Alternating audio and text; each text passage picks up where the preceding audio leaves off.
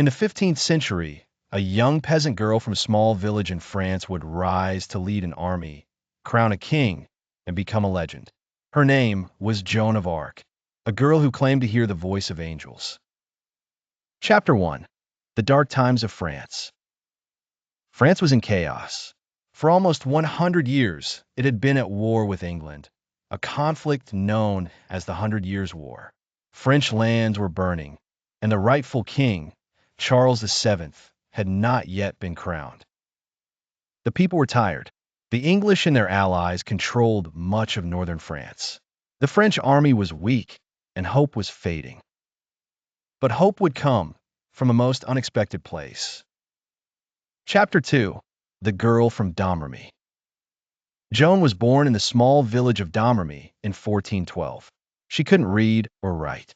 She was just a farm girl. But when she was 13, she began to hear voices. She said they were from saints, Saint Michael, Saint Catherine, and Saint Margaret. They told her she had a mission: save France and help crown the true king. At first, no one believed her, but Joan was determined.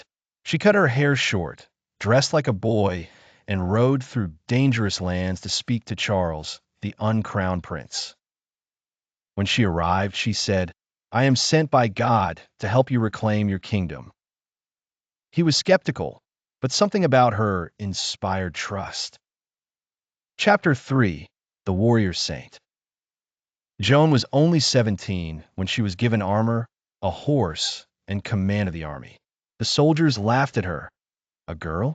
A leader? But they would soon follow her with faith. In 1429, Joan led French troops to the city of Orléans, which was under siege by the English. She rode with a white banner and shouted, "Do not be afraid. God is with us." Against all odds, the French won. The siege was broken. It was the first major victory in years. People believed Joan was a miracle.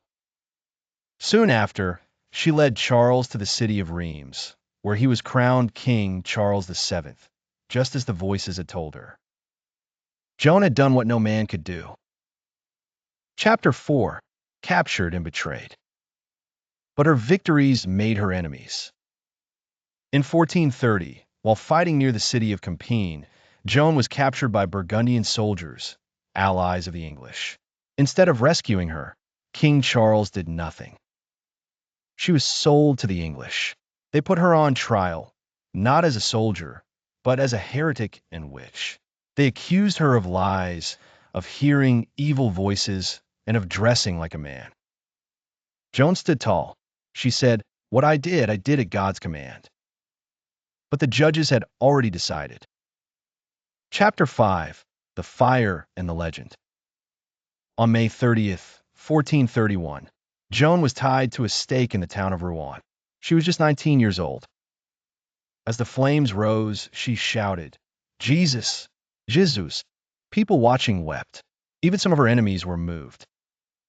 Years later, the same church that condemned her declared she had been innocent.